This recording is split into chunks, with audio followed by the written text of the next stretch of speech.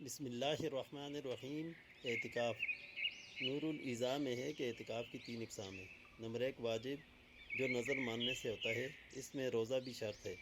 Number 2 سنت مؤکدہ کفایہ، رمضان المبارک کے آخری عشرے کا، اس میں بھی روزہ شرط ہے۔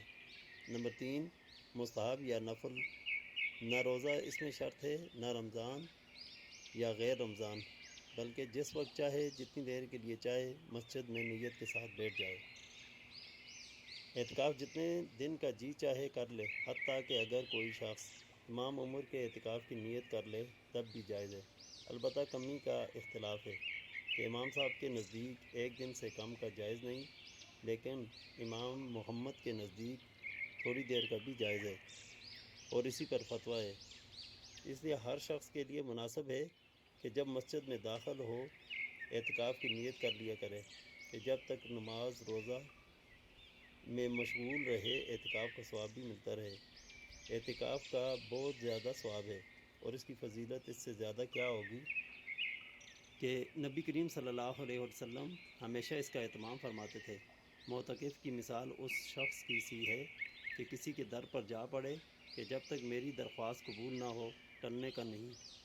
اگر حقیقتاً یہی حال ہو تو سخت دل والا بھی پسیجتا ہے، اور اللہ تعالیٰ کی کریم ذات تو بخشش کے لیے بہانہ ڈھونڈتی ہے، بلکہ بے بہانہ مرحمت فرماتے ہیں۔ اس لیے جب کوئی شخص اللہ کے دروازے پر دنیا سے منقطع ہو کر جا پڑے تو اس کے نوازے جانے میں کیا تأمل ہو سکتا ہے، اور اللہ جل شانہ جس کو اکرام فرما دے اس کے بھرپور خزانوں کا بیان کون کر سکتا ہے۔ ابن قیم رحمۃ اللہ علیہ کہتے ہیں کہ اعتکاف کا مقصود اور اس کی روح دل کو اللہ پاک کی ذات کے ساتھ وابستہ کر لینا ہے کہ سب طرف سے ہٹ کر اسی کے ساتھ مجتمع ہو جائے، اور ساری مشغولیتوں کے بدلہ میں اسی کی ذات پاک سے مشغول ہو جائے، اور اس کے غیر کی طرف سے منقطع ہو کر اس طرح اس میں لگ جائے کہ خیالات تفکرات سب کی جگہ اس کا پاک ذکر، اس کی محبت سما جائے، حتیٰ کہ مخلوق کے ساتھ انس کے بدلہ اللہ کے ساتھ انس پیدا ہو جائے کہ یہ انس قبر کی وحشت میں کام دے کہ اس دن اللہ پاک کی ذات کے سوا نہ کوئی مونس نہ دل بہلانے والا۔ اگر دل اس کے ساتھ مانوس ہو چکا ہوگا تو کس قدر لذت سے وقت گزرے گا۔ جی ڈھونڈتا ہے پھر وہی فرصت کے رات دن، بیٹھے رہیں تصور جانا کیے ہوئے۔ صاحب مراقی الفلاح کہتے ہیں کہ اعتکاف اگر اخلاص کے ساتھ ہو تو افضل ترین اعمال سے ہے۔ اس کی خصوصیتیں حد اقصا سے خارج ہیں کہ اس میں قلب کو دنیا و مافیہ سے یکسو کر لینا ہے، اور نفس کو مولا کے سپرد کر دینا، اور آقا کی چوکھٹ پر پڑ جانا۔ پھر جی میں ہے کہ در پہ کسی کے پڑا رہوں، سر زیر بار منت درباں کیے ہوئے۔ نیز اس میں ہر وقت عبادت میں مشغول ہے کہ آدمی سوتے جاگتے ہر وقت عبادت میں شمار ہوتا ہے، اور اللہ کے ساتھ تقرب ہے۔ حدیث شریف میں آیا ہے کہ جو شخص میری طرف 1 ہاتھ قریب ہوتا ہے میں اس سے 2 ہاتھ قریب ہوتا ہوں، اور جو میری طرف آہستہ بھی چلتا ہے میں اس کی طرف دوڑ کر آتا ہوں۔ نیز اس میں اللہ تعالیٰ کے گھر جانا ہے، اور کریم میزبان ہمیشہ گھر آنے والے کا اکرام کرتا ہے۔ نیز اللہ کے قلعہ میں محفوظ ہوتا ہے کہ دشمن کی رسائی وہاں تک نہیں، وغیرہ۔ مرد کے لیے سب سے افضل جگہ مسجد حرم مکہ شریف ہے، پھر مدینہ منورہ، پھر مسجد بیت المقدس، ان کے بعد جامع مسجد۔ امام صاحب کے نزدیک یہ بھی شرط ہے کہ جس مسجد میں اعتکاف کرے اس میں 5 وقت کی جماعت ہوتی ہو۔ صاحبین کے نزدیک شرعی مسجد ہونا کافی ہے، اگرچہ جماعت نہ ہوتی ہو۔ عورت کے لیے اپنے گھر کی مسجد میں اعتکاف کرنا چاہیے، یعنی جو جگہ اس نے نماز کے لیے مخصوص کر لی ہو۔ اگر گھر میں کوئی جگہ مسجد کے نام سے متعین نہ ہو تو کسی کونا کو اس کے لیے مخصوص کر لے۔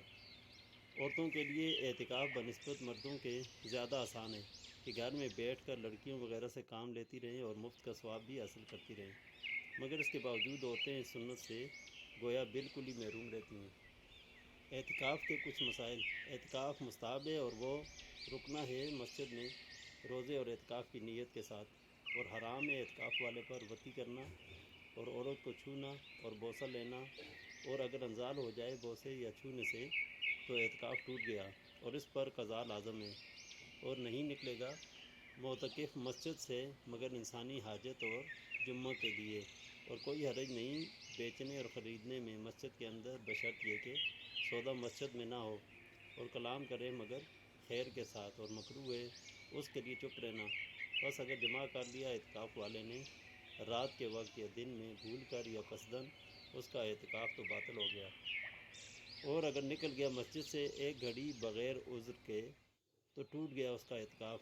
امام ابو حنیفہ رحمۃ اللہ علیہ کے نزدیک صاحبین نے فرمایا نہیں ٹوٹتا جب تک کہ زیادہ نہ ہو نصف یوم سے، اور جس نے واجب کر لیا اپنے پر اعتکاف چند دنوں کا تو لازم ہے اس کو اعتکاف راتوں کے ساتھ، اگرچہ اس نے شرط نہ لگائی ہو اس میں لگاتار بیٹھنے کی۔ اعتکاف میں حرام امور، معتکف پر وطی حرام ہے۔ قرآن مجید میں ہے وَلَا تُبَاشِرُوهُنَّ وَأَنْتُمْ عَاکِفُونَ فِی الْمَسَاجِدِ۔ ترجمہ کہ جب تم مسجدوں میں حالت اعتکاف سے ہو تو عورتوں سے مباشرت نہ کرو۔ اسی طرح دواہی وطی یعنی بوس و کنار اور چھونا بھی حرام ہے کہ اس سے اعتکاف ٹوٹ جاتا ہے۔ اعتکاف میں واجب امور، اعتکاف واجب یعنی نظر کے اعتکاف کا ذکر ہے، بلا ضرورت مسجد سے نہ نکلے۔ فتوے صاحبین کے قول پر ہیں مرد کے اعتکاف بیٹھنے کے لیے مسجد جماعت کا ہونا ضروری ہے تاکہ جماعت کی وجہ سے حرج میں مبتلا نہ ہو۔ اگر جمعہ ہوتا ہو تو جمعہ ادا کرنے کے لیے جامع مسجد جا سکتا ہے۔ معتکف جتنی دیر مسجد میں ہوگا اسے ان کاموں کا اجر ملے گا جو اعتکاف کی وجہ سے ادا نہ کر سکا، جیسے نماز جنازہ یا بیمار پرسی وغیرہ۔ عورت اپنے گھر کی مسجد میں اعتکاف کرے، یعنی جو جگہ اس نے نماز کے لیے مخصوص کر لی ہو۔ اعتکاف میں خاموش نہ بیٹھے رہیں بلکہ تسبیح و تحلیل، ذکر و فکر، تلاوت قرآن مجید و وظائف درود شریف میں مصروف رہے۔ حاجت انسانی سے مراد پیشاب پاخانہ ہے یا ضرورت پڑنے پر غسل کے لیے نکلنا ہے۔ جمعہ کا غسل یا ٹھنڈک حاصل کرنے کے لیے غسل کی پابندی کرے کہ یہ مجاہدہ ہے، اس میں نفس کشی مطلوب ہے نہ جسم کو سہولت پہنچانا۔ اعتکاف مستحب، صاحب قدوری نے اعتکاف کو مستحب فرمایا ہے لیکن صاحب ہدایہ فرماتے ہیں ترجمہ کہ صحیح یہ ہے کہ اعتکاف سنت مؤکدہ ہے، کیونکہ نبی کریم صلی اللہ علیہ وسلم نے آخری عشرہ کی مواظبت فرمائی اور پابندی سنت کی دلیل ہے، اور اسی پر فتویٰ بھی ہے۔ مگر سنت مؤکدہ کفایہ ہے کہ حضور صلی اللہ علیہ وسلم کے زمانہ میں تمام لوگ اعتکاف نہ بیٹھتے تھے۔ معتکف کے لیے مسجد میں کھانا پینا سونا جائز ہے، کیونکہ یہ ایسی ضرورت ہے کہ جو مسجد میں پوری کی جا سکتی ہے، اس لیے مسجد سے نکلنا ضروری نہیں ہے۔ حضور صلی اللہ علیہ وسلم نے ایسا ہی کیا۔